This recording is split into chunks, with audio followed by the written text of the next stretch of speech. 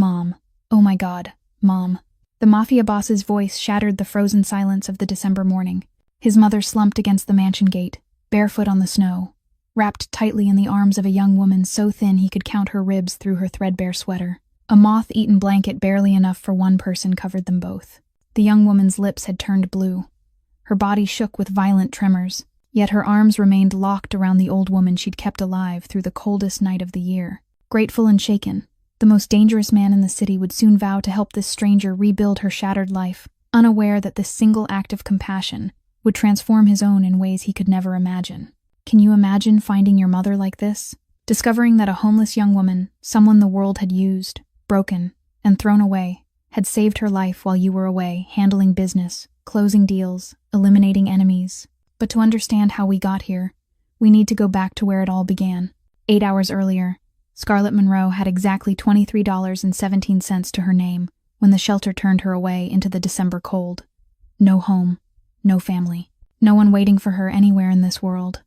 She had every reason to think only of herself that night, every reason to walk away when she saw the old woman wandering barefoot in the snow. But Scarlett made a different choice, the kind of choice that changes everything. Before we dive deeper into this story, hit that subscribe button and turn on notifications so you never miss another story.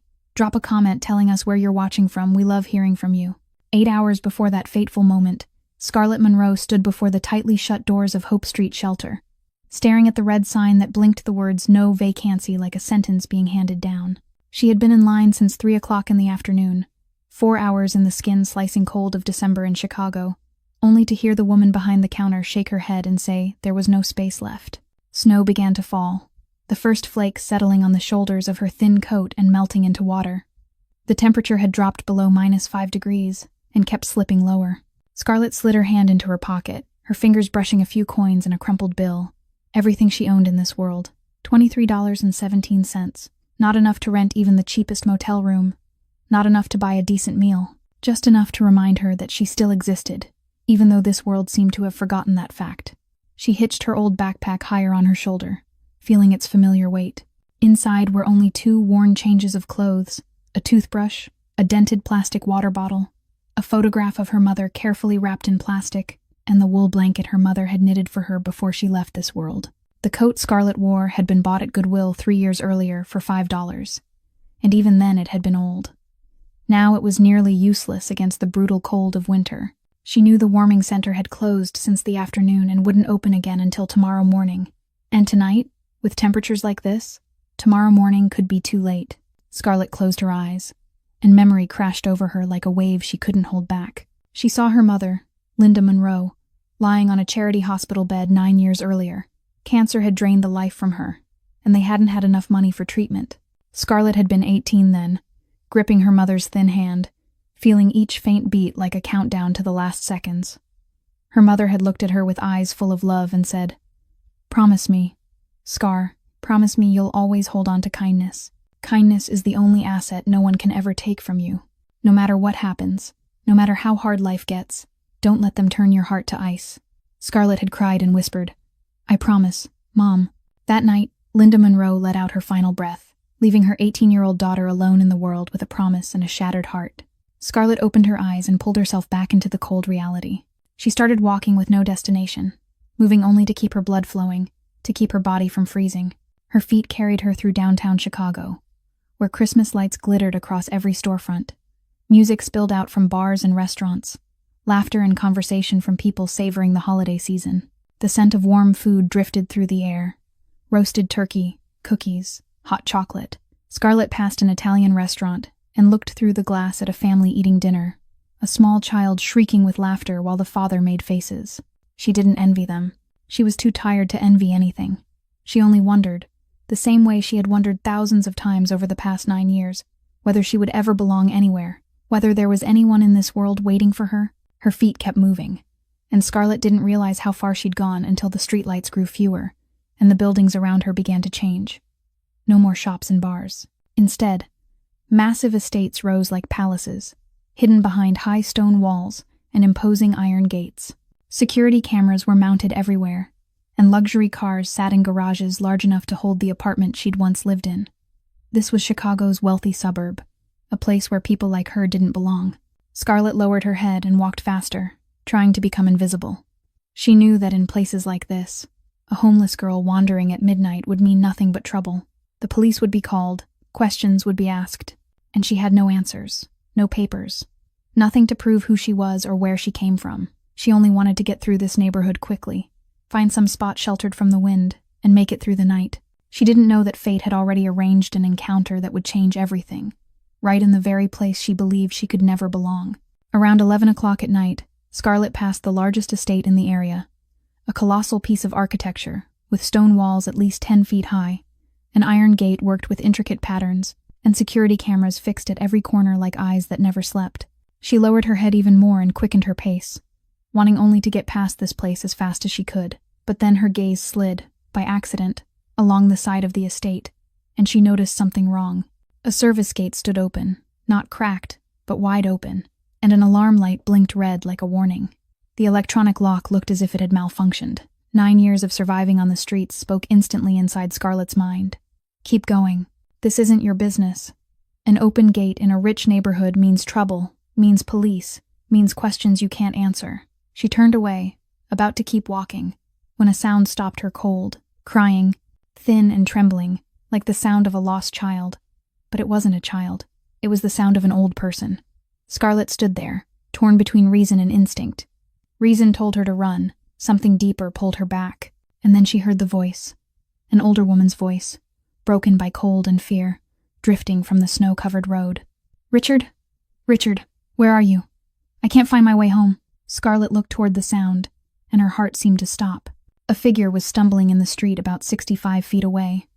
An elderly woman, maybe 76 or 77 years old, white hair spilling past her shoulders, was walking barefoot on the thick snow. She wore a thin, pale blue cotton nightgown scattered with tiny flowers, the kind of thing meant for a heated bedroom, not the middle of a frozen winter night. Her lips had already begun to turn purple. Her bare feet were flushed red with cold, leaving shaking footprints on the white snow. She walked and cried at the same time, calling out a name Scarlett didn't know. Another voice rose in Scarlett's mind, not her survival instinct this time. It was her mother's voice, gentle but unmistakable, as if she were standing right beside her. Kindness is the only wealth they can't take from you. Scarlett looked down at the old woman's bare feet on the snow, then down at her own battered shoes. She knew this kind of cold could kill. She knew if the woman kept going like this, she wouldn't live through the night. And she also knew that if she stopped to help, she might freeze right alongside her.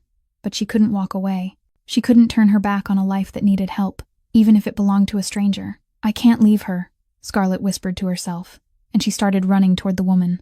Ma'am, are you okay? Scarlett approached carefully, her voice soft, as if she were speaking to a frightened bird. The old woman turned, her eyes clouded by age and confusion, looking at Scarlett as though she could see right through her. Then, suddenly, her face brightened, a trembling smile forming on her bluish lips. Evelyn, is that you, sweetheart? I've been looking for you everywhere. Scarlett understood at once. This woman had Alzheimer's. She didn't know where she was, didn't know who she was, and she was searching for someone who might not have been with her for a long time. She had wandered out through the broken side gate, and now she was slowly dying in a cold she couldn't even fully comprehend. Yes, I'm here, Scarlett said gently, deciding that sometimes a merciful lie mattered more than the truth. I'm here now. Let's get you somewhere warm, okay?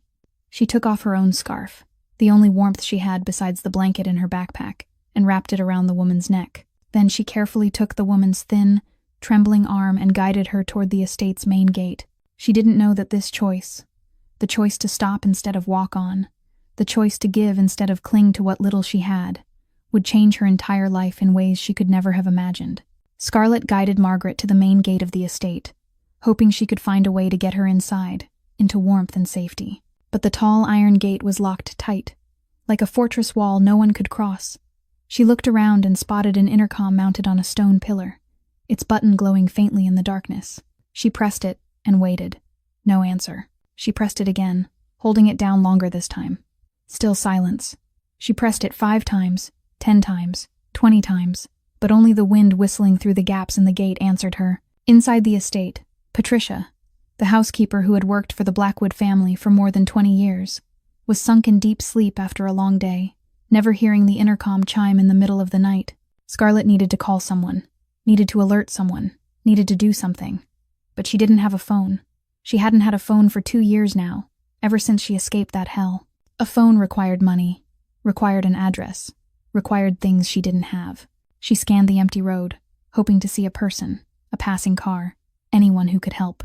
But the streets of the wealthy neighborhood at midnight were still as a graveyard, not a soul in sight. "Stay here, okay? I'll find help," Scarlett told Margaret, settling her against the stone pillar beside the gate.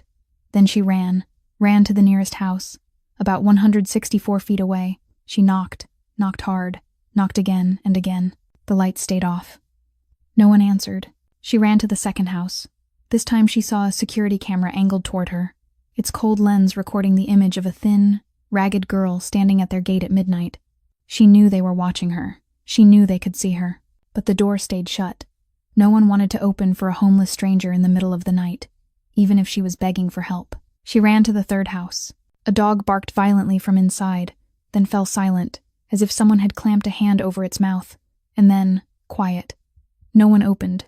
No one cared. This was the rich neighborhood, where people built high walls and sealed gates to keep the outside world away, where a human life could die right in front of their door, and they still wouldn't open it for fear of trouble. Scarlett ran back to Margaret, her heart pounding with dread, and when she saw the old woman, her heart dropped into her stomach. Margaret had sunk down onto the snow, her head slumped against her chest, her eyes dull, as if she were slipping into a deadly sleep. Her lips were even more purple than before, her skin pale as wax.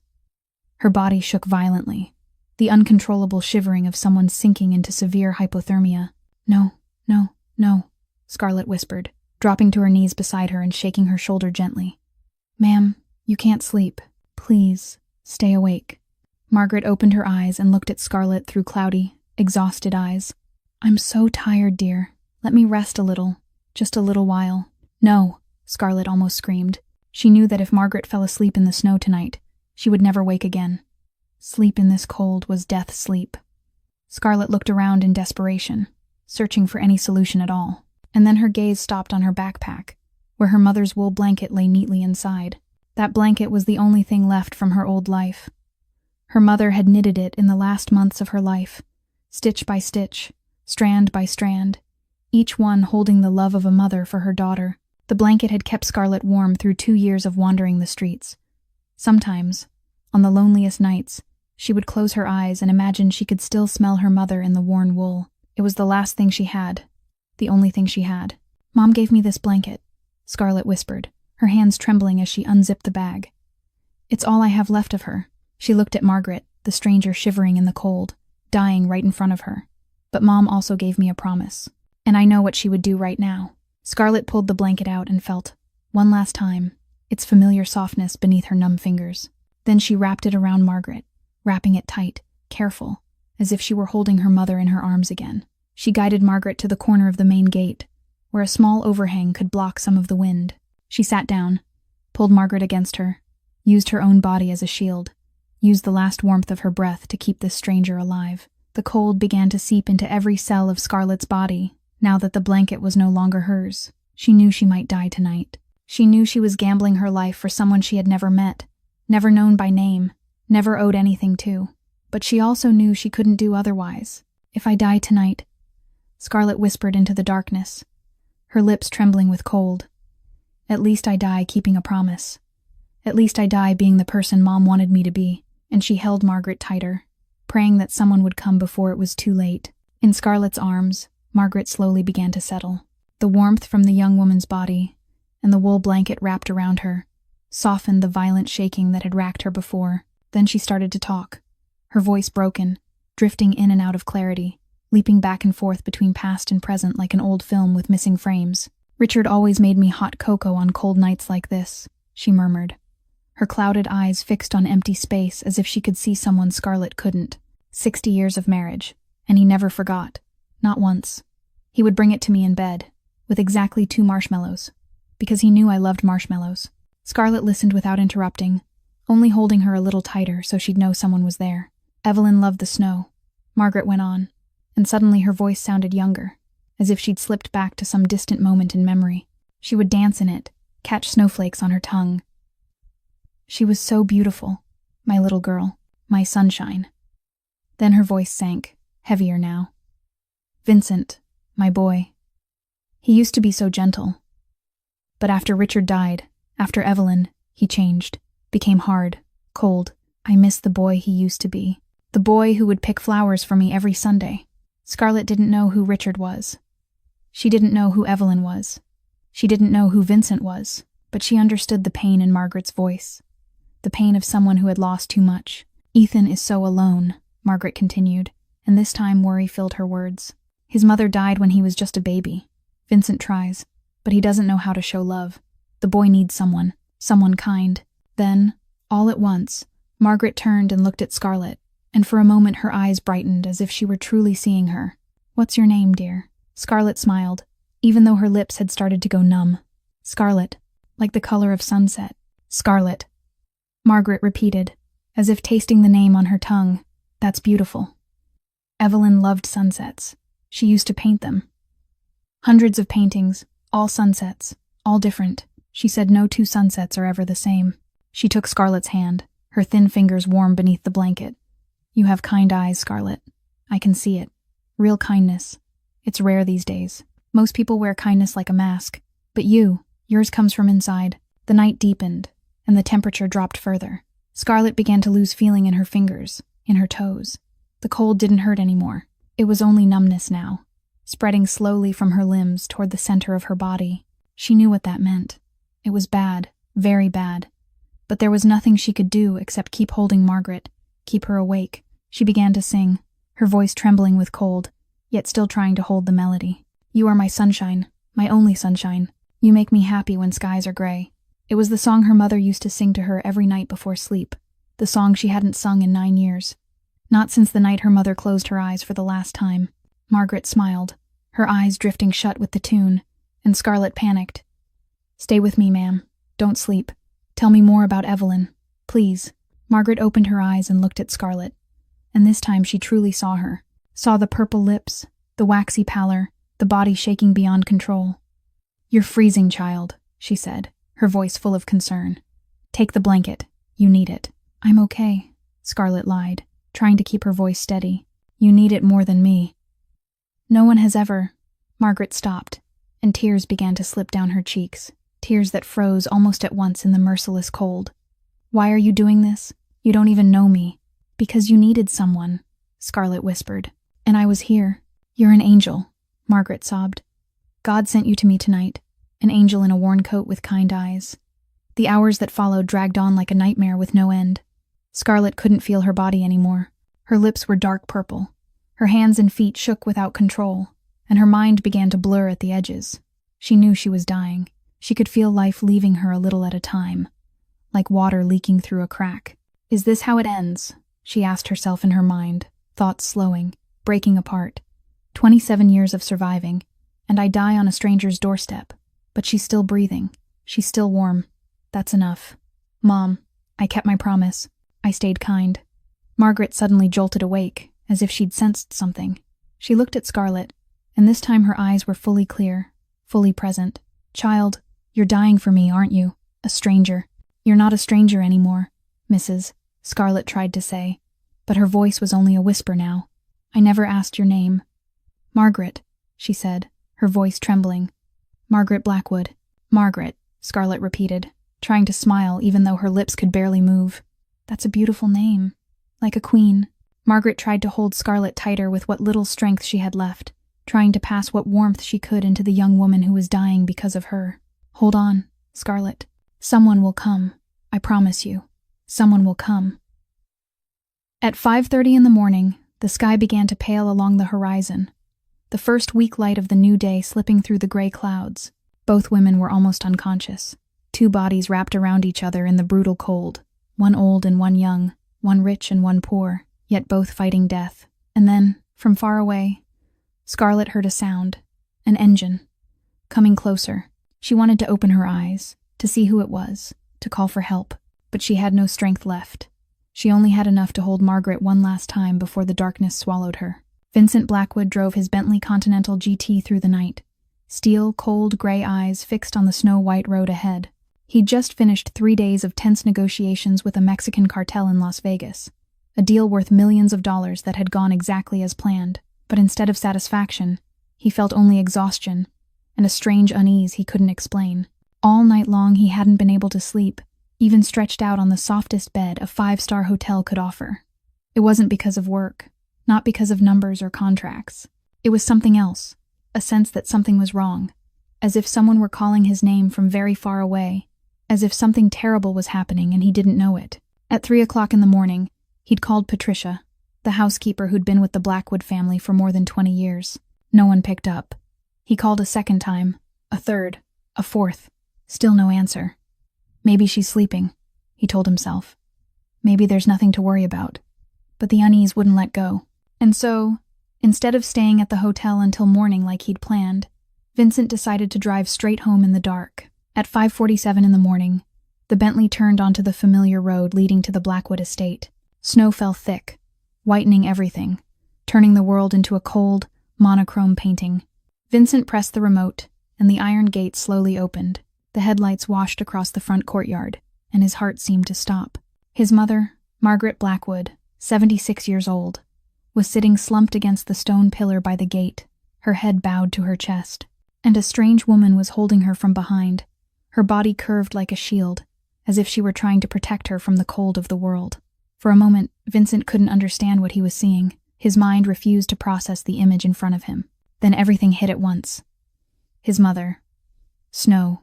Cold. Danger. Mom. Oh my God. Mom. He threw open the car door and bolted out. His $1,000 leather shoes skidded on the ice. He almost went down, but he kept running. He didn't care about anything but the woman sitting motionless in the snow. When he reached them, he dropped to his knees, trembling fingers touching his mother's face. Cold, but there was still breath. Weak, but alive. The strange woman holding his mother looked as if she were already dead. Purple lips, ash-gray skin, a body so thin he could count each rib through the torn, fragile layers of clothing. But what stunned Vincent was that even unconscious, her arms were still locked around Margaret, as if even losing awareness, she still couldn't let go. Mom! Mom! Wake up!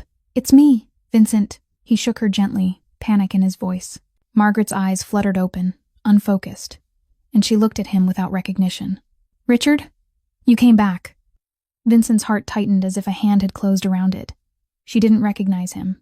She thought he was her husband, a man who'd been dead for more than 10 years. The strange woman in his mother's arms suddenly stirred. She opened her eyes to a narrow slit and saw Vincent. In that instant, even balanced on the edge between life and death, Scarlett recognized it immediately. Danger. This man was dangerous. Tall, black-haired, eyes gray and icy as a blizzard, carrying a dark kind of power she'd learned to identify through 7 years of hell. But she didn't have the strength to fear him. She didn't have the strength for anything at all. She was lost, Scarlett whispered, her voice no more than a thin breath. Couldn't leave her. Then her eyes rolled back, and she slipped fully away. Vincent pulled out his phone at once and dialed a familiar number. Marcus, get to the mansion. Now, bring Dr. Harrison. He didn't call 911. Mafia didn't call the police. Police meant questions, investigations, the kind of trouble that wasn't needed. Dr. Harrison had been the Blackwood family's private doctor for 20 years. Someone reliable, someone who knew how to keep quiet. Vincent carried his mother inside first, laid her on the sofa near the fireplace in the living room. Then he went back out and lifted the strange woman in his arms. Light. She was so light she seemed weightless, as if she were made of air and bone. Vincent felt each rib rising beneath the thin fabric, felt how her body was ice cold against him. How long had she been out there? How long had she endured that cold just to keep his mother alive? Patricia appeared at the staircase, eyes still heavy with sleep. Then panic broke across her face when she saw the scene in the living room. Oh my God, Mrs. Blackwood, what happened? Who is? Get blankets. Vincent cut in, his voice cold as steel. Hot water. Now. Patricia ran to obey, not daring to ask more. Vincent looked down at the strange woman lying motionless on the floor, her skin gray, her lips purple, her breathing so faint it was almost impossible to see. Then he looked at his mother, at the old, tattered blanket wrapped around her, a blanket that clearly didn't belong to the Blackwood family, a blanket that had once belonged to someone else. Who the hell are you? Vincent murmured, staring at the pale face of the strange woman. And why did you almost die for a stranger? Dr. Harrison arrived at the Blackwood estate at 6:15 in the morning, only 30 minutes after Vincent's urgent call. He'd been the Blackwood family's private physician for 20 years, and he'd seen more than enough, everything from knife wounds to bullets that had to be removed in silence. Still, the scene in the living room this morning stopped him short. 2 women lay on 2 sofas, one old, one young, both pale as ghosts, both fighting death. He examined Margaret first, as Vincent ordered. He placed the thermometer, listened to her heartbeat, checked her pulse and her blood pressure. Hypothermia, early stage, he reported, professional, but unable to hide his concern. Core temperature 35 degrees. She'll recover with warmth and rest, but another hour out there. He didn't need to finish the sentence. Vincent understood. 1 more hour in that cold, and his mother wouldn't have had a chance. Then Dr. Harrison turned to the unknown woman, and his face grew even more grave. This one, severe hypothermia, core temperature 32 degrees, dehydration, severe malnutrition. He looked up at Vincent. When was the last time she ate? No one knew the answer. No one knew anything about this girl except that she'd nearly died to save a stranger. Doctor, Harrison needed to remove Scarlett's clothing to examine her heart and lungs, to make sure hypothermia hadn't caused internal damage. Vincent started to turn away out of respect for her privacy, but the doctor's sharp intake of breath made him stop. Dear God. Vincent turned back, and what he saw made his blood boil. Scarlett's back wasn't the back of a normal human being. Long scars, tangled like a spiderweb, ran from her shoulders down to her lower back, scars from a whip, from lashes struck again and again, until the flesh could no longer heal cleanly. Round burns were scattered across her skin, each the size of a cigarette tip, leaving deep pitted scars in the pallor. And on her wrists were deep, unmistakable grooves, the marks of iron chains, of bindings, of years of being held like an animal. Doctor, Harrison had been a doctor for 30 years. He'd seen victims of domestic violence, of torture, of crimes too vile to put into words. He knew what these scars were. He knew where they came from. This woman has been through hell, he whispered, his voice trembling despite his effort to control it. Years of it, from the look of these scars. Whoever did this to her, they weren't trying to hurt her. They were trying to break her. Vincent stood rigid, gray eyes locked on the scarred back of the unconscious woman. He'd witnessed more violence than most people could imagine. He'd ordered more deaths than he could count. He'd seen blood, pain, the cruelty of human beings against human beings. But this was different. This wasn't the violence of the underworld, of enemies and allies, of wars for power and money. This was violence against someone innocent. This was pure brutality, without reason, without purpose beyond suffering. Who did this to her? Vincent asked. But it wasn't a question. It was a sentence. His voice was ice cold, yet in his gray eyes a fire flared, one Dr. Harrison had seen many times before, the kind of fire that meant someone was about to pay a very high price. Doctor. Harrison went on with his work, starting an IV for Scarlett, warming her body slowly to avoid thermal shock, monitoring her heart rate and blood pressure. After 1 tense hour, he finally let out a breath. She'll live, but she'll need rest, a lot of it. Her body has been through too much, not just tonight, but for years. She's severely malnourished, dehydrated, and exhausted. It's a miracle she survived out there as long as she did. Marcus arrived right after, a big man with an expressionless face, Vincent's right hand in every kind of work. He took in the living room, the 2 women being cared for, the look on his boss's face, and understood the situation without anyone needing to explain. Find out who she is, Vincent ordered, a voice that left no room for refusal. Everything about her, where she came from, what happened to her, and who did this. Marcus nodded. And if we find them? Vincent didn't answer. He didn't need to. His silence said everything. After Dr. Harrison and Marcus left, Vincent sat down in the chair between the 2 sofas, where he could see both his mother and the unknown woman. Margaret was warmer now, sleeping a peaceful sleep, no longer shaking. Color was slowly returning to her face. Scarlett was still unconscious, but her breathing had steadied. Her lips were less purple. The old, tattered wool blanket she'd used to wrap his mother now lay neatly folded on the small table, Patricia having replaced it with expensive cashmere blankets.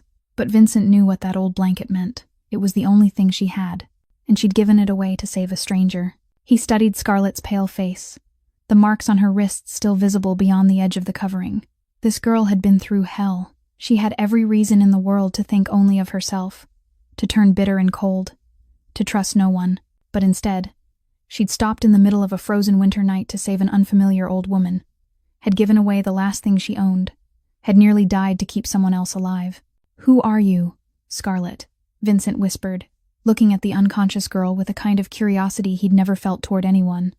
"And what the hell happened to you?" He didn't know that the answers to those questions would pull him into a spiral he would never be able to escape. 2 days later, Scarlett opened her eyes. Light, warmth, softness. Those were the first 3 things she registered before her mind fully surfaced. She was lying in a bed, a real bed, with sheets so smooth they felt like water sliding over her skin. The ceiling rose high above her, and a crystal chandelier glittered like frozen tears. The room was larger than the small apartment she and her mother had once lived in, with oil paintings on the walls and red velvet curtains sealing off the windows. And at once, the survival instinct honed over 9 years snapped on like an alarm system. "Where am I? Who brought me here? Exit. I need an exit." The thoughts raced through her head at dizzying speed as her eyes swept the room, searching for a way out. She tried to sit up, and her body answered with a tearing pain from head to toe, as if a truck had run her over. She looked down at herself and realized someone had changed her into clean silk sleepwear, soft and expensive beyond anything she'd ever touched. An IV needle sat in her hand, connected to a fluid bag hanging on a stand beside the bed. Panic surged in her chest. Who had changed her clothes? Who had seen the scars on her back? Where was she? And why was she here? The door opened, and Scarlett flinched on reflex, her hand clamping the edge of the blanket as if it were a useless weapon. But the person who stepped in wasn't the threat she'd imagined. It was a middle-aged woman, maybe 55 or 60, with a gentle face and worried eyes. "Oh, you're awake. Thank God," the woman blurted, hurrying to the bedside, then stopping when she saw the fear on Scarlett's face. "Please, don't move too fast. You've been through a lot." Where am I?" Scarlett asked, her voice rough from days without speaking. "The Blackwood estate," the woman answered softly. "I'm Patricia, the housekeeper. You saved Mrs. Blackwood's life, dear.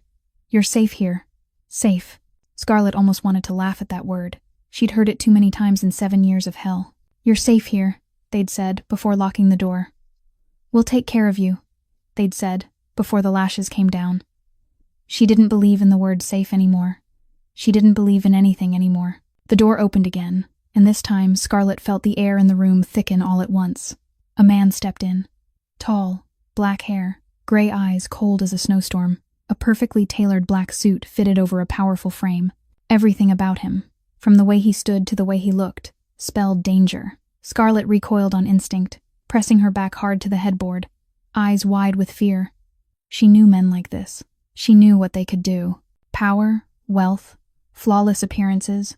It was all just a shell for the monsters underneath. Vincent recognized her reaction immediately. He stopped at a distance, not taking another step, as if he were trying not to frighten her further. "I'm not going to hurt you," he said, his voice low and even. Scarlett didn't answer. Her gaze locked on the door behind him, measuring distance, calculating the odds of running even though she knew. With her body this weak, she wouldn't get far. "You saved my mother's life," Vincent continued, his tone unchanged. Scarlett blinked, and the memory of that night came back slowly. The old woman, the snowy night, the cold. "Is she okay?" Scarlett asked in a whisper. "She's recovering. Thanks to you." Silence stretched between them, heavy and tight. "You almost died out there," Vincent said. "Why didn't you just leave her and find help?" "I tried," Scarlett answered, her voice flat. "No one opened their doors. I couldn't just leave her. Most people would. I'm not most people." Vincent looked at her, really looked, and Scarlett realized his eyes weren't the eyes of a predator the way she'd feared. They held curiosity, maybe even respect. "Name your price," he said abruptly. "What?" Scarlett didn't understand. "Money, a house, papers, a new identity. I can give you anything. Name it." Scarlett stared at him as if he were insane. "I don't want anything. Everyone wants something. I just did what anyone would do." Vincent's voice dropped, carrying something strange. "No. Almost no one would. Trust me. I know." He took one step closer, and Scarlett flinched again. He stopped instantly. "My mother has Alzheimer's," he said. "She needs someone with her. A companion. Someone patient, kind." Scarlett didn't understand what he was saying, didn't understand where this conversation was going. "Stay here. Take care of her. You'll have a room, food, salary. I'll get you papers. Legal ones. A new start." "Why?" Scarlett asked, unable to keep the suspicion from her voice. You don't know me. I know you gave everything you had to save a stranger. Vincent answered, gray eyes holding hers. That tells me enough. Scarlett wanted to refuse, wanted to run. She didn't trust anyone, least of all powerful men with sweet promises. But she was tired, so tired. 9 years of running, 9 years of fear, 9 years without a place to call home. I'll think about it, she heard herself say. Vincent nodded. Take your time. You're safe here. Then he turned and walked out, closing the door behind him. Scarlett stared at the luxury around her, the soft bed beneath her, the warm light from the crystal chandelier. For the first time in 9 years, she had a real bed. For the first time in 9 years, she didn't have to worry about where she'd sleep tonight. She didn't know whether to trust or to fear. But a small part of her, the part she thought had died long ago, was whispering that maybe, just maybe, this was her last chance. A week passed. Scarlett was much stronger, her body slowly coming back to life on full meals and peaceful sleep in a soft bed. But she still couldn't decide whether she should stay or leave. Every day she woke up intending to gather her things and disappear before anyone changed their mind about her. And then she'd put it off, telling herself just one more day in this warmth and this safety. That morning, Patricia knocked on her door with a gentle smile and said that Mrs. Blackwood wanted to see her, that she'd been asking about her for days. Scarlett didn't know how to react. She followed Patricia through the mansion's long hallways, past expensive paintings and statues, until they reached the sitting room. Margaret was seated by the window, watching the snow fall outside with a faraway look. Patricia spoke softly, telling Mrs. Blackwood that someone was there to see her, and Margaret turned around, and something like a miracle happened. The eyes dulled by Alzheimer's suddenly brightened, like a candle lit in darkness, and she said that it was her, that she knew her. Scarlett froze, unable to believe what she was hearing. Margaret couldn't remember. She had Alzheimer's, and Vincent had told Scarlett that his mother often didn't even recognize her own son. But Margaret looked at her and called her the Sunset Girl, said she'd sung to her in the snow, then began to murmur the words of the song. You are my sunshine, my only sunshine. Scarlett felt as if someone had punched her in the chest. Margaret remembered. Somehow, inside the ruined maze of her mind, the memory of that night was still intact. Margaret told her to come closer, to sit with her, and Scarlett walked forward as if her legs didn't belong to her, and sat down in the chair beside Margaret. The old woman took Scarlett's hand, thin but strangely warm. She said she didn't remember many things anymore, that faces blurred and names faded, that sometimes she didn't remember her own son's name. But she remembered Scarlett's voice. She remembered the way Scarlett had held her. She remembered feeling safe for the first time in so long. Tears began to slide down Margaret's cheeks, clear tears from someone who'd lived too long and lost too much. She thanked Scarlett for not leaving her to die alone, thanked her for staying when she could have walked away. And then something happened that Scarlett didn't think she could still do. She cried. For the first time in many years, she truly cried. Not silent tears swallowed in darkness, but ragged sobs she couldn't hold back. Through the tears she whispered that Margaret had reminded her of someone, and when Margaret asked who, Scarlett said it was her mother, that she'd been kind too, that she used to hold Scarlett just like Margaret had held her that night. Margaret squeezed Scarlett's hand tighter, as if trying to pour strength into her. She said kindness recognizes kindness, that it's how they find their people in this world, that souls touched by real kindness can always recognize each other. Scarlett shook her head and said she didn't have people anymore, not since her mother died. Margaret told her she did now, her voice suddenly strong and clear, and she asked Scarlett to stay with an old woman who forgets everything but somehow can't forget her, to stay with her. At the same time, upstairs in Vincent's private office, a very different conversation was unfolding. Marcus set a thin, fragile file on the desk, his expressionless face hiding what he'd found. He said he'd found what he could, that it wasn't much, that she barely existed on paper. Vincent opened the file, gray eyes skimming the few lines of information. Scarlett Marie Monroe, born in 1997 in Ohio. Mother was Linda Monroe, deceased in 2015 from cancer. Father unknown.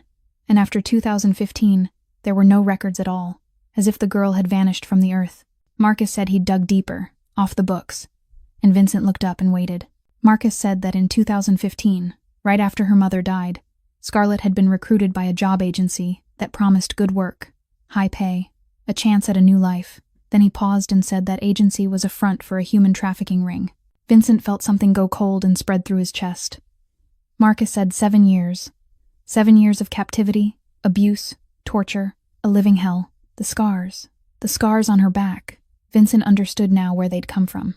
Marcus said that in 2022, the FBI raided one of the ring's facilities and Scarlett escaped in the chaos. And from then on, she'd lived wandering the streets. No papers, no identity, not existing. Vincent closed the file, his face like stone, and asked who ran the trafficking ring. Marcus hesitated, something rare for a man as steady as him, then said the name Dmitry Volkov. The name struck like lightning. Dmitry Volkov, Vincent's rival in the underworld, the man he'd battled for years over territory and power. The man Vincent knew, had always known, was running a trafficking ring, and Vincent had looked away because it wasn't his business, because as long as Volkov didn't touch Vincent's territory, he didn't care what he did. Now the image of Scarlett's scarred back rose in Vincent's mind. The lashes, the burns, the chain marks, and he saw it as the consequence of looking away, the price someone paid because he chose not to care. Vincent asked whether she knew they were investigating her, and Marcus said no. Vincent told him to keep it that way, and then told Marcus to start gathering intel on Volkov's operation. Everything, every warehouse, every route, every associate, that he wanted to know where Volkov slept, what he ate, and who he trusted. Marcus nodded and left. Vincent stood, went to the window, and looked down at the snow-covered garden below, and he saw her. Scarlett was sitting beside his mother on the bench outside, both wrapped in thick blankets, talking about something. Margaret was laughing, a real laugh Vincent hadn't seen on his mother's face in a very long time. A victim of the ring he'd once ignored had saved his mother's life, had brought joy back to his mother's final days. The universe had a way of taking revenge with a brutal kind of fairness. Vincent whispered that he'd destroy Volkov, gray eyes fixed on the two women in the garden, not because it was business, but because he owed her that much. 2 weeks later, Ethan Blackwood came home from boarding school for winter break. The 13-year-old boy, with black hair like his father's and cold gray eyes, stepped out of the car with his suitcase rolling behind him. Not a trace of excitement for the house where he'd grown up. Patricia met him at the door, chattering about the girl who'd saved his grandmother on the snowy night, about how she'd stayed to care for Mrs. Blackwood, about how his grandmother had been so much happier since she arrived. Ethan only nodded to move it along. He didn't really care. He'd seen too many women come and go from this house. Beautiful women with radiant smiles and sweet promises. Women who approached his father for money and power. Women who pretended to love Ethan to win Vincent's favor, and then disappeared the moment they got what they wanted. He'd learned not to trust anyone, especially women who suddenly appeared in his family's life. Ethan walked into the sitting room and stopped when he saw a strange woman sitting beside his grandmother, reading aloud to her. He watched her in silence. Thin, pale, simple clothes, none of the expensive dresses or glittering jewelry. No lipstick, no painted nails, no heavy perfume. Strange. Everyone else always dressed like they were walking a red carpet whenever they were in the Blackwood estate. Scarlett looked up when she felt his gaze and smiled, a gentle smile with nothing forced in it. "Hi, you must be Ethan. Margaret talks about you all the time." Ethan didn't smile back. His face stayed stone cold as he answered. "It's Mrs. Blackwood for you, not Margaret." A tense silence settled over the room. Margaret was dozing in her chair, unaware of the confrontation unfolding. "She asked me to call her Margaret," Scarlett said softly, not sounding offended. "I'm sure she did," Ethan replied, his voice dripping with sarcasm. "You're good at making people like you, aren't you? Excuse me, I know your type. Gold digger. Waiting for the right moment to sink your claws into my dad." Ethan waited for an angry outburst, for excuses, for crocodile tears. But Scarlett did none of that. She only looked at him, and there was something in her eyes that made him uneasy. Not anger, sadness, as if she understood why he believed it, and that understanding hurt her. "I'm sorry you think that," she said, barely above a whisper. "Sorry doesn't mean anything," Ethan shot back coldly. "Actions do. And I'll be watching you." Over the days that followed, Ethan watched Scarlett like a hawk stalking prey. He waited for her to demand gifts, but she didn't. He waited for her to flirt with his father, but she kept a polite distance. He waited for her to complain when his grandmother forgot everything and asked the same question again and again dozens of times, but Scarlett answered each time with patience, as if it were the first. She played chess with his grandmother for hours, even though Margaret forgot the rules after every game, not like the others. But maybe she was just better at pretending. Ethan decided he'd wait. Sooner or later, she would reveal who she really was. They all did. One night, Ethan jolted awake with a scream trapped in his throat. Sweat soaked his forehead, his heart hammering out of rhythm. his breath coming fast and shallow. He'd been dreaming about his mother, the woman he only knew through photographs and the stories other people told. In the dream, she was standing there, smiling, lifting her hand and beckoning him closer. He ran toward her, but with every step he took, she slipped farther away, and when he reached for her, she dissolved like fog, leaving him alone in a cold, lightless dark. He went downstairs to get water, trying to shake off the lingering grip of the nightmare, but as he passed the glass door that led to the porch, he stopped. Someone was sitting out there. Scarlett. She was curled up in the chair, staring into the darkness of the snow-covered garden. Her shoulders trembled, and Ethan realized she was crying. He started to turn away. Not my problem. If she wants to cry, let her cry. What does it have to do with me? But then he heard her voice, whispering to a small photograph in her hand.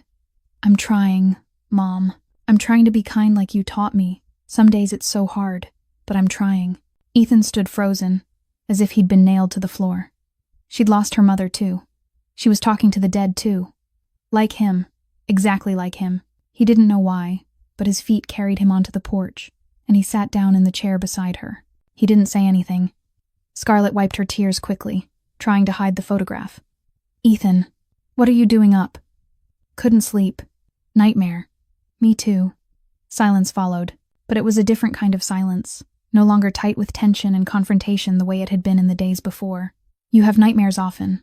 Ethan asked, his voice softer than he meant it to be. Every night, Scarlett answered honestly. Me too. About my mom. Even though I don't really remember her. That's the hardest part, isn't it? Scarlett said, her voice as light as breath. Missing someone you barely knew. Ethan didn't answer, but he didn't leave either.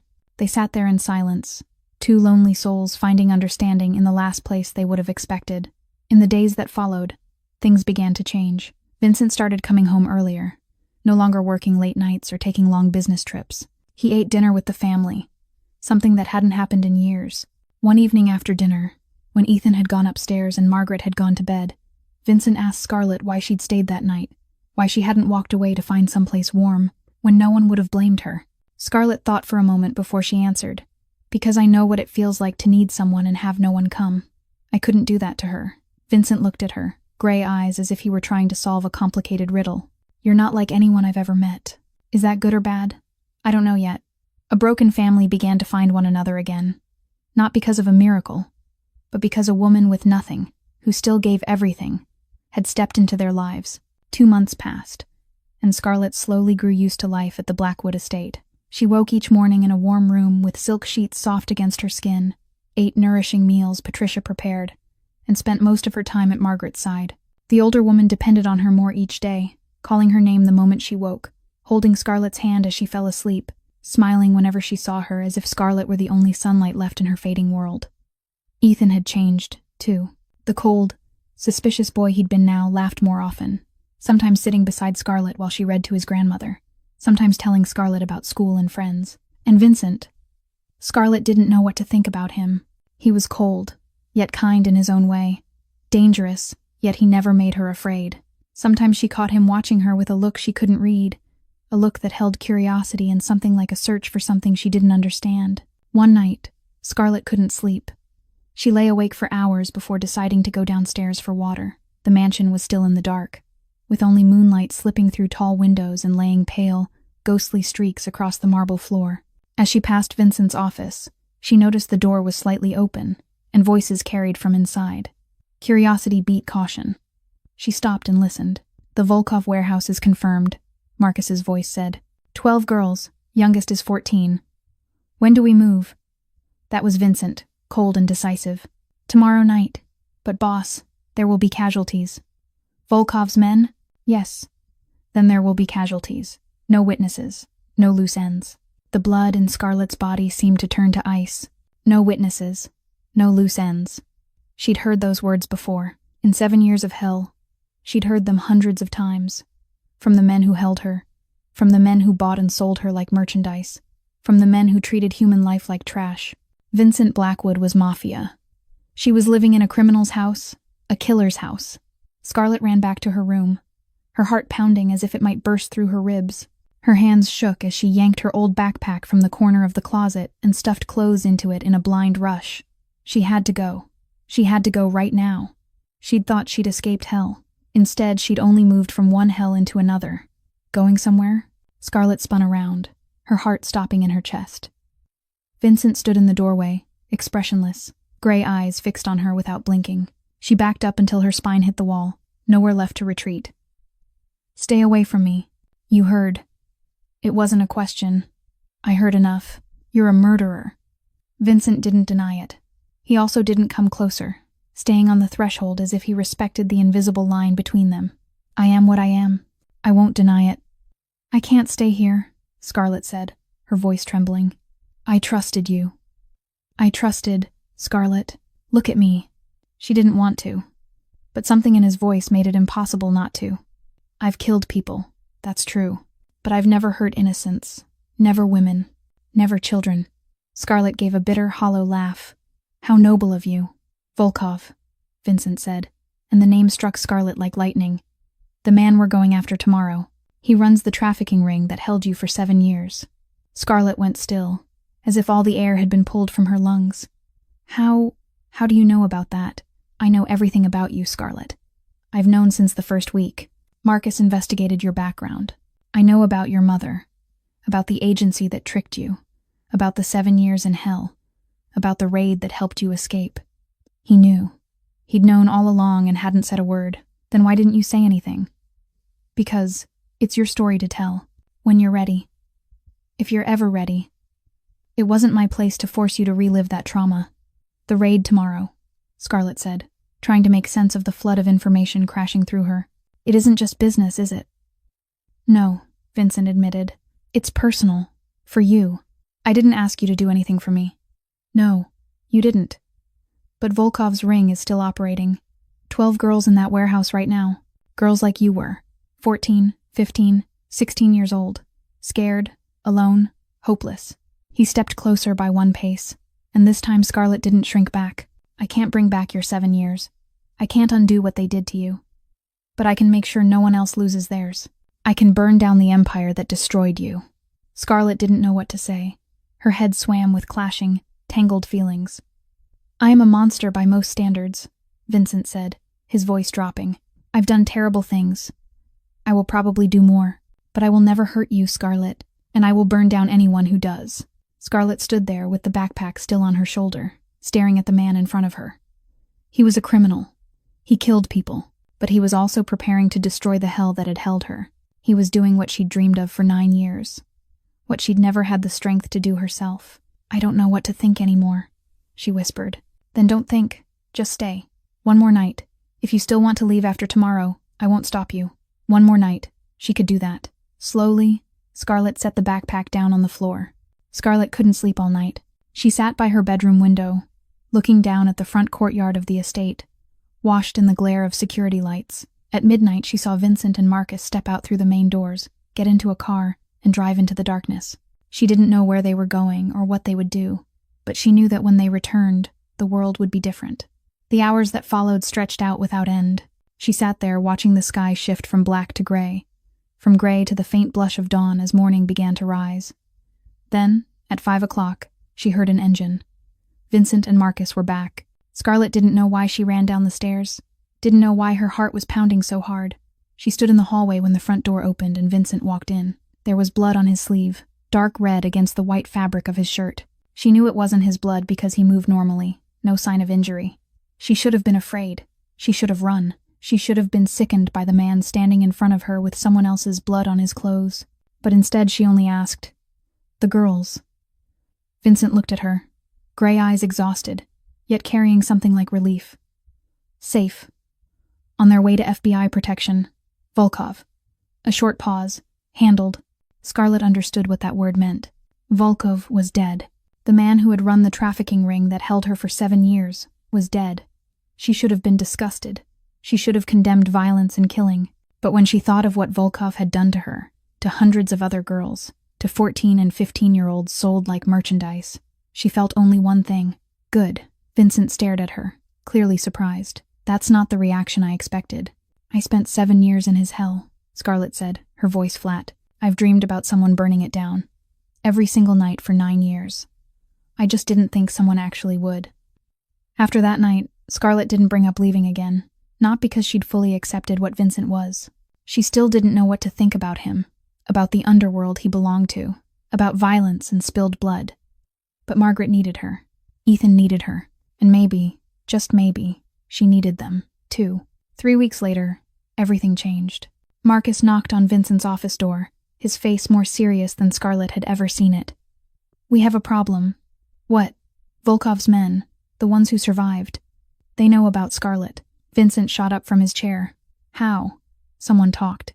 "They know she's here. They know she's the one who escaped during the FBI raid 2 years ago. They want her back. Back. She's evidence, boss. The only victim who escaped and is still alive. If she testifies against the remaining members of the ring." "She won't testify," Vincent cut in. "I won't let her go through that. They don't know that. They see her as a threat, and they want to eliminate the threat." The threats began to arrive. Photos of Scarlett in the garden while she sat with Margaret. Photos of her in a car while Patricia took her shopping.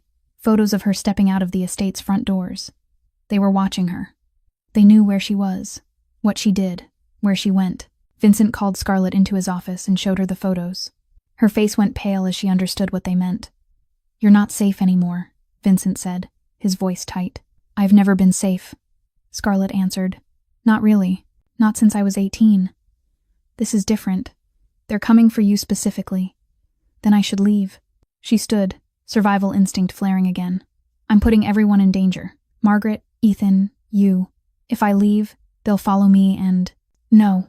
Vincent took her hand, and Scarlett realized it was the first time he'd touched her since the night he carried her inside from the snow. His hand was warm and steady, nothing like what she imagined a killer's hands would feel like. "You're not running anymore. This is your home now. They want to take you. They'll have to go through me first. You can't leave." A third voice came from the doorway, and both of them turned. Ethan stood there, his face set hard, but his eyes red. He'd heard the entire conversation. "Ethan, you promised Grandma you'd stay," he said, his voice trembling. "You promised me. You don't get to break that." Scarlett looked at the boy, trying to be strong, trying to hide the fear of losing one more person in a short life already crowded with loss.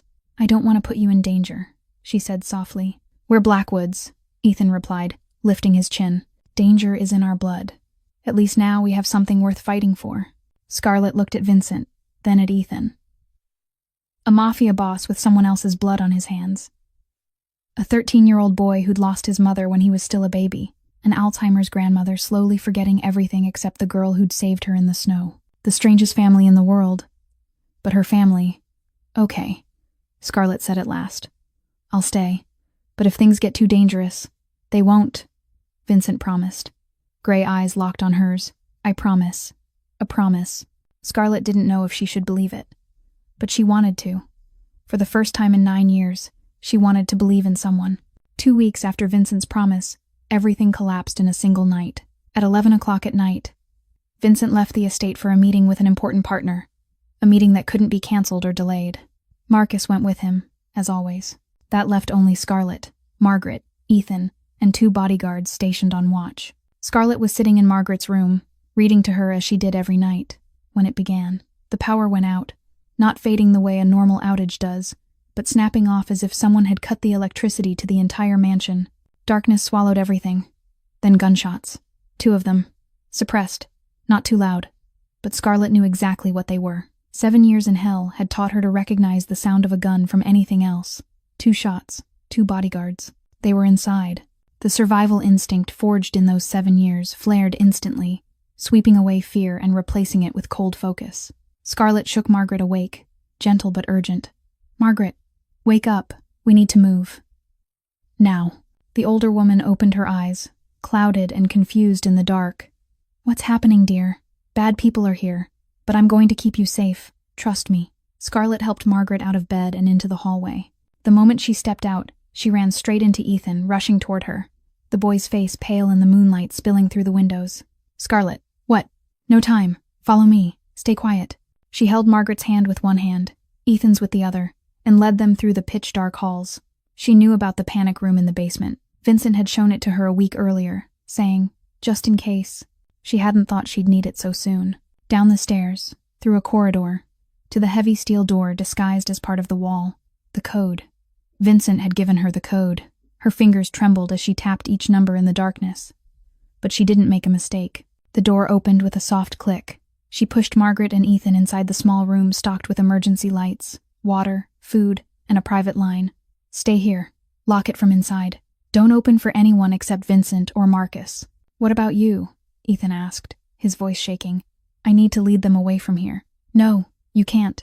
Ethan, look at me. Scarlett knelt, gripped the boy's shoulders, and looked straight into his bright eyes. Your grandma needs you. Your dad needs you. I won't let anything happen to this family. Not when I can stop it. But they'll kill you. Maybe. But I've survived worse. Now close the door. She stood, stepped out, and shut the steel door before Ethan could argue again. She heard the lock slide from inside, and she knew they were safe, at least for now. She pulled out her phone and sent a single message to Vincent. They're here. E&M safe in panic room. I'll buy time. Then she ran, not toward an exit, but toward the noise. If they wanted her, they'd get her. She only had to hold them off long enough for Vincent to come back. 6 men were tearing through the sitting room when Scarlett walked in. Black masks, guns in hand, flashlight beams slicing the dark. She stood in the center of the room, unarmed, and spoke. Looking for me. All 6 guns swung toward her at once. Where are the others? One of them demanded. Gone. I sent them away. Just me here. Bullshit. Search the house. 3 went to search. 3 stayed with her. 1 stepped closer, and before she could react, he backhanded her hard enough to knock her to the floor, blood flooding her mouth. You think you can hide from us? Volkov wanted to make an example out of you. Volkov is dead, Scarlett said, lifting her head to look at him even as blood ran from her lips. But his legacy lives on. And you're going to wish you died in that warehouse 7 years ago. Scarlett smiled, the smile of someone who had nothing left to lose, the smile of someone who'd walked through hell and survived. You know what I learned in that warehouse. How to survive, how to wait, how to hold on until help comes. The man laughed, cold and cruel. No one's coming for you, sweetheart. And right then, an engine roared outside, shouting, gunfire. Vincent was back. What happened after that moved too fast for Scarlett to follow. Vincent came into the sitting room like a storm. Blood on his shirt, not his blood, but the blood of the men who'd gotten in his way. He saw Scarlett on the floor, her lip bleeding, bruises blooming across her face. He saw the 3 men still in the room. No one saw Vincent kill. No one survived to tell the story. When it was over, he dropped to his knees beside Scarlett, gray eyes full of worry and something else she didn't dare name. Are you okay? I'll live. Why didn't you hide with them? You could have been safe. Scarlett looked at him, her eyes bright even with blood on her face. They're my family now. You don't run from family. Vincent pulled her into his arms, for the first time, his embrace firm and warm around her trembling body. You almost died for them, and I'd do it again. I know. That's what scares me. In the panic room, Ethan and Margaret waited in fear. When the steel door opened and they saw Scarlett standing there, alive, Ethan threw himself into her arms as if he would never let go. Don't ever do that again. Don't ever leave me like that again. I'm sorry. I'm here. I'm okay. Margaret, drifting in and out, took Scarlett's hand and smiled. The smile of someone who knows everything even when she can't remember anything. I knew you'd keep them safe. I always knew. 4 months had passed since the night of the attack. The remaining men from Volkov's operation had been handled, one by one, until there was no one left who could threaten Scarlett anymore. For the first time in 9 years, she was truly safe. But while Scarlett's life was slowly settling into something steady, Margaret was slowly slipping away from them. The Alzheimer's progressed quickly, faster than anyone had predicted. With each passing day, she lost another piece of memory, like pages being torn from a book one by one until the book was empty. She no longer remembered Richard, the husband who had been beside her for 60 years, the man she had called for on the snowy night. She no longer remembered Evelyn, the beloved daughter taken too soon, the one she had spoken of to Scarlett with eyes full of love. Sometimes she didn't even remember Vincent, the son sitting right beside her, holding her hand with pain in his eyes as she looked at him like a stranger. But she remembered Scarlett. Somehow, inside the ruined maze of Margaret's mind, Scarlett remained the one light that never went out.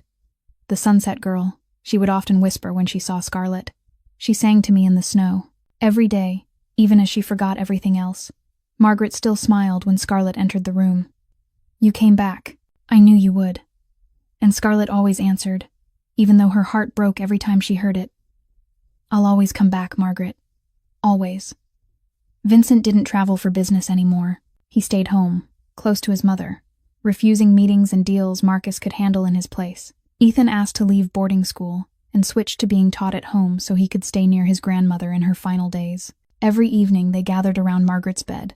Scarlett read aloud, books Margaret had once loved even though she no longer remembered the stories. Ethan played the piano, gentle pieces his grandmother had taught him when he was small. Vincent simply sat there, holding his mother's hand in silence, as if he were trying to memorize every moment before it vanished forever. They all knew there wasn't much time left. One afternoon, as sunset light poured through the bedroom window, a miracle happened. Margaret opened her eyes, and for the first time in months, they were clear, fully awake, fully present. What doctors call terminal lucidity, the final moment of clarity many Alzheimer's patients experience before they go. "Vincent," she called, her voice sharp and certain. "My boy." Vincent froze, afraid to believe what he was hearing. Mom, I see you," Margaret said, tears sliding down her wrinkled cheeks. "I remember you." "Oh, my darling boy, I'm so sorry I forgot. I'm so sorry," Vincent cried. For the first time, Scarlett saw him cry, tears running down the face that was always cold and hard. He held his mother, his shoulders shaking. Margaret looked around the room, at her son, at her grandson standing beside the bed with red-rimmed eyes, at the girl who had saved her life on that fateful snowy night. "Everyone's here," she said, smiling. "Good.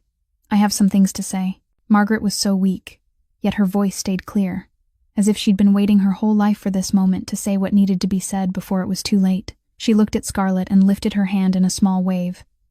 "Come closer, sunset girl." Scarlett knelt beside the bed, took Margaret's thin hand in hers, and tears began to fall even as she tried to hold them back. "You found us that night. Or maybe we found you. Either way, it was meant to be."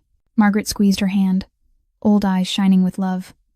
"You are the daughter I always wished I had. Thank you for the sunset, for the song, for staying when you could have left me in the snow. Thank you for saving my son, my grandson, this broken family." She paused to catch her breath, then went on. "Take care of my boys, Scarlett. They need someone like you. Someone kind." Then she turned to Vincent, her son kneeling beside the bed with eyes raw and red. "My darling boy, you've spent so long being hard, being cold. It kept you alive. I know. But you don't need armor anymore." She touched his face with a trembling hand. "Let yourself love her, Vincent. She's worthy of it, and you're worthy of being loved. Don't forget that. Don't ever forget that." Margaret looked toward Ethan, the boy standing at the foot of the bed, shoulders shaking as he fought his sobs. "My sweet grandson. Come here." Ethan moved closer and sat beside her, and Margaret took his hand. "Your mother sent her, you know. I believe that now. She sent Scarlett to take care of you.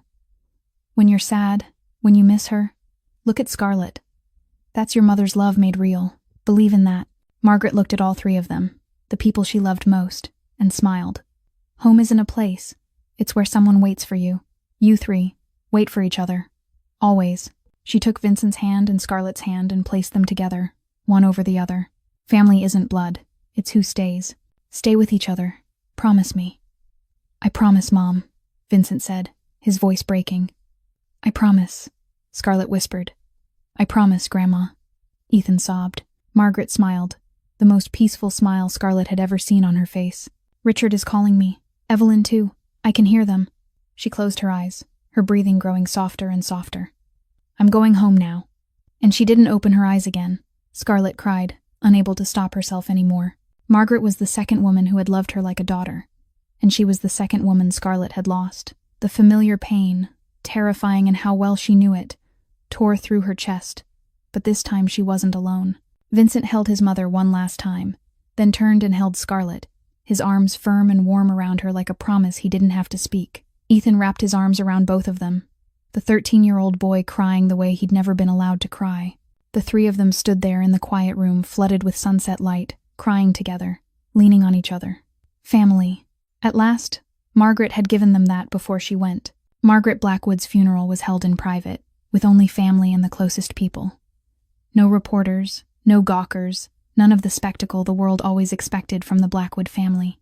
Only the people who truly loved her stood in silence beneath the slate-gray December sky, watching the casket lowered slowly into the earth. Margaret was laid to rest beside Richard, her husband of 60 years, and Evelyn, the beloved daughter taken too soon. At last, she'd gone home to the ones she loved. On the headstone, the words were carved simply, yet heavy with meaning. Margaret Blackwood, 1948 to 2024. Beloved wife, mother, grandmother, home is where someone waits for you. After the funeral, people drifted away. The Blackwood estate fell into silence, a silence so heavy and hollow Scarlett had never felt here before. No more Margaret's laughter. No more stories about Richard and Evelyn. No more clouded eyes that suddenly brightened when Scarlett walked into the room. Scarlett stood at the main gate, where everything had begun, where she'd found Margaret on that fateful snowy night. She looked down at the old backpack on her shoulder. The backpack she'd never thrown away, even with a full closet of clothes now, as if part of her had always known this moment would come. Margaret was gone. The reason she'd stayed was gone. Maybe it was time to keep walking, to search for someplace else to belong. Going somewhere. Vincent's voice came from behind her, and Scarlett didn't turn around. She couldn't look at him right now, couldn't let him see the tears gathering in her eyes. Margaret was the reason I stayed. She's gone now. I don't belong here anymore, don't you? Footsteps came closer, and then Vincent stood beside her, both of them looking out at the snow-covered courtyard. Look at me, Scarlett. She turned, and what she saw tightened her throat. Vincent looked exhausted, sleepless nights stamped into the angles of his face. But his eyes, those cold gray eyes she'd grown used to over the past months, weren't cold anymore. They were warm, gentle, and filled with something she didn't dare name. You think Margaret is the only reason I want you here? Scarlett couldn't answer. She couldn't find a voice. I fell in love with you somewhere between watching you read to my mother and watching you almost die for my son, Vincent said, his voice low and steady. I don't know exactly when. I just know I can't imagine this house without you anymore. I can't imagine my life without you anymore. Scarlett blinked, unable to believe what she was hearing. You, what? I love you. He said it plainly, without detours, the way Vincent Blackwood did everything, and I know I'm a monster by most standards. I've done terrible things. I will probably do more. I'm not a good man, Scarlett. I've never pretended to be, Vincent, but I'm selfish enough to ask anyway. He pulled a small box from his coat pocket. Not a luxurious red velvet box like in romantic movies, but a simple wooden box, worn, as if it had been kept through generations. He opened it, and Scarlett saw the ring inside. Not a diamond, not expensive gems she knew Vincent could buy without blinking. Just a small stone, orange-red, catching the weak light of the winter afternoon. A sunset stone, Vincent said, because you're my sunset girl too. Scarlett looked at the ring, looked at Vincent, looked at the mansion behind them, where Ethan stood at the window, pretending not to watch, yet clearly tracking every movement they made. She'd spent her whole life looking for home. She'd thought she'd never find it. And then one snowy night, one lost old woman, one choice to stop instead of walk on. She'd found home in the arms of a stranger in a blizzard, in the eyes of a boy who'd lost his mother and was starving for love, in the heart of a dangerous man who'd burned her hell to the ground. I spent my whole life looking for home, she whispered, lifting her hand to Vincent's face. I thought I'd never find it, but then a frozen night. A woman lost in the snow, a family who chose me when no one else would. She smiled, her first smile since Margaret had gone. You're not a good man, but you're a good man to me, and that's all I need. Is that a yes? Vincent asked, and Scarlett could see the tension in his eyes, the fear of rejection he was trying to hide. It's a you better not make me regret this. I'll try my best. Then yes. Yes, Vincent Blackwood. I'll stay. From the window, Ethan's shout rang out. Finally. I thought you two would never figure it out. Scarlett laughed. A real laugh, the sound rising into the cold air like a melody she'd forgotten long ago. Vincent slid the ring onto her finger. No flash. No movie romance. Just soft falling snow. Two people standing at the gate where everything had begun, and a boy running out of the house to throw his arms around them both. Home. At last, Scarlett was home. 5 years later, Scarlett Blackwood stood on the stage of Margaret's house, the nonprofit she had founded to help survivors of human trafficking the way she once needed help herself. The annual gala drew more than 500 guests, donors, business leaders, people who believed in the mission she had chosen to carry. Millions of dollars were raised to keep the rescues going. Scarlett looked out over the room, and she began to speak. 5 years ago, I was homeless, broken, invisible. I had $23 and a blanket my mother made for me. That was all I owned in this world. The room fell silent, every eye fixed on her. But I had something else. Something money can't buy. Kindness. My mother taught me that before she died. And on the coldest night of my life, that kindness saved me. It led me to a woman lost in the snow. It led me to a family who chose me when no one else would. It led me home. Over the past 5 years, Margaret's house had rescued more than 300 trafficking survivors, providing safe housing, education, jobs, and therapy to heal the wounds the world had carved into them. The organization had become one of the leading nonprofits in the fight against trafficking, and Scarlett, the girl who'd once been homeless with $23.17 in her pocket, was now leading that fight. Vincent sat in the front row, his gray eyes never leaving his wife on the stage. He had changed over the past 5 years, washing his hands of the Mafia world. Not completely, but enough to live a different life. He shifted into legitimate business, still dangerous in his own way, but without spilled blood, without nights coming home with stains on his shirt. He changed for her. For their family. In his arms, little Margaret Rose Blackwood, 2 years old, slept deeply.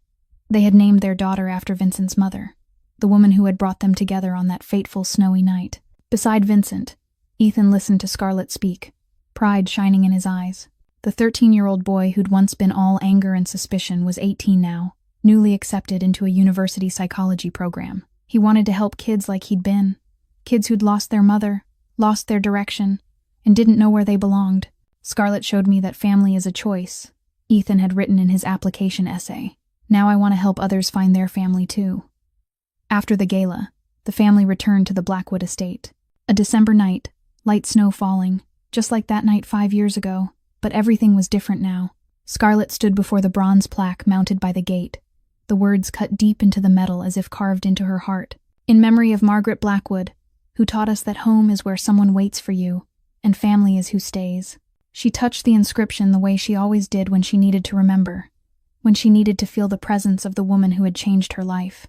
Ethan stepped out and stood beside her, still talking to her, always. He looked at the plaque, then at Scarlett. You know what I realized? That night saved all of us. What do you mean? Grandma Margaret, obviously, but also Dad. It reminded him what really mattered. Me, it gave me a sister and showed me what real courage looks like. And you, it gave you everything. Scarlett smiled, tears glinting in the light. We saved each other. That's what family does. Vincent stepped outside, holding little Margaret Rose now awake in his arms. The toddler reached her tiny hands toward Scarlett, her clear little voice rising. Mama! Hello, my sunshine. Scarlett gathered her daughter into her arms and kissed the soft hair on her head. Vincent stood beside his wife, looking at her with a gaze full of love. It's cold out here. I know. Just saying thank you. He understood. He always understood. The whole family stood there at the gate where everything had begun. Vincent, Scarlett, Ethan, baby Margaret Rose. Snow drifted around them like a miracle, like a blessing from the one who was gone. Scarlett touched the plaque one last time. Thank you, Margaret. Thank you for being lost that night. Thank you for letting me find you. Thank you for giving me a family, a home, a life worth living. Mom always said kindness is the only wealth they can't take from you. She was right. Kindness led me to you, and you led me home. Little Margaret Rose tugged Scarlett's hand, her small voice piping up. Mama cold. You're right, sweetheart. Let's go inside. Vincent opened the door, and warm light spilled out from within. Come on. Hot cocoa is waiting. Margaret's recipe. Ethan laughed and ran ahead. Race you to the kitchen. Scarlett stepped into the warm light of the house, then looked back one more time. Snow falling, the bronze plaque shining, the place where she'd almost died to save a stranger. She'd thought she would die that night. Instead, she had only just begun to live. You're never poor if you still have kindness. I know, Mom. I know. She closed the door and walked into the place where her family was waiting. The story of Scarlett and the Blackwood family has come to an end, but the lessons it leaves behind will keep echoing in our hearts. This is a story about the extraordinary power of kindness, about how one small act of compassion can change an entire life, not only for the one who receives it, but also for the one who gives. Scarlett had nothing but $23 and the blanket her mother knitted, but she had something more valuable than anything else, a heart still capable of love, and a promise to her mother that she would hold on to kindness no matter how harsh life became. This story also teaches us that family doesn't have to be people who share your blood. Family is the people who choose to stay when things get hard, the people willing to sacrifice for each other, the place where someone is waiting for you to come home. Margaret was right. Home isn't a location. Home is where someone waits for you. And sometimes, strangers become the closest family we will ever have. In real life, we may not face circumstances as extreme as Scarlett's, but every day we have the chance to show kindness, even if it's only a smile to a stranger, a word of encouragement to someone struggling, or simply stopping to help when someone needs it. You never know how your small act might change someone's life. How did this story make you feel? Was there a moment that brought you to tears? Have you ever met kind people in your life? The way Scarlett found the Blackwood family? We'd truly love to hear what's in your heart. Leave a comment below so we can talk and connect with each other. If you enjoyed this story, don't forget to subscribe and turn on notifications so you don't miss more moving stories every day. Please like and share this video with the people you love, because sometimes the right story at the right time can change how someone sees life. We sincerely thank you for staying with us until the very end. We wish every one of you watching this video good health, a joyful life, and peaceful days ahead. Keep kindness in your heart, because as Scarlett's mother said, kindness is the only wealth no one can ever take from you. Goodbye, and we'll see you in the next video.